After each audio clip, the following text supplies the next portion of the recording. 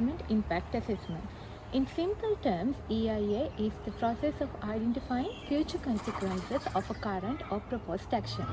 Hence, the definition given for EIA worldwide is not the same.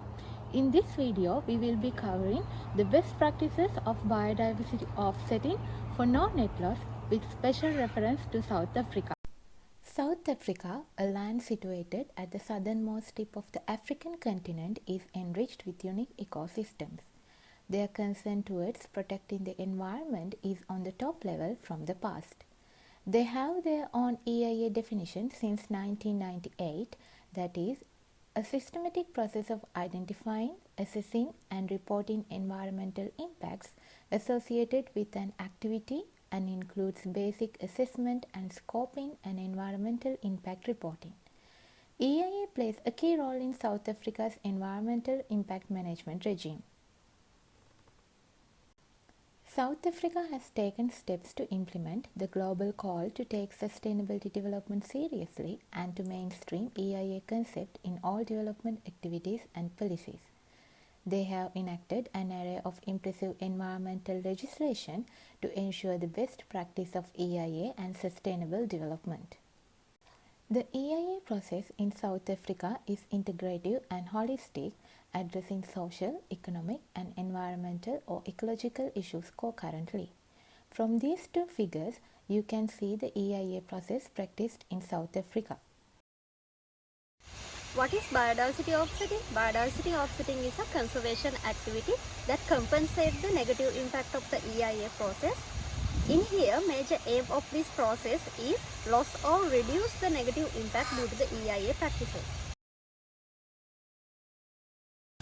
This practice example, the South African National Biodiversity Institute periodically evaluate and map the threat and protection status of biodiversity in a scientifically robust manner through a national biodiversity assessment. Systematic biodiversity plan has been drawn up for the most of the country. They map critically biodiversity areas which represent the most efficient configuration in the landscape to protect the regional biodiversity. Their purpose is to inform biodiversity inclusive land use planning, improve decision making and support protected area expansion. Other than that, South Africa maintains no net loss using conservation targets. For that, they use national legal framework.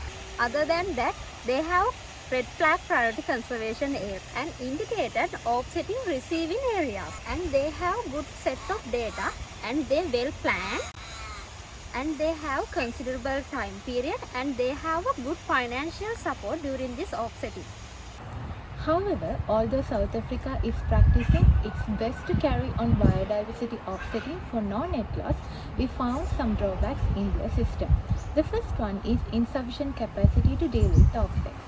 In here, a lack of understanding about offsets in government and frustration by developers at lack of clarity from competing authorities and specialists is a challenge. The next weakness we came through is inconsistent decision making and enforcement. The late introduction of offset requirements could lead to numerous problems such as lack of suitable offset sites, budget exclude offset costs and waste of time.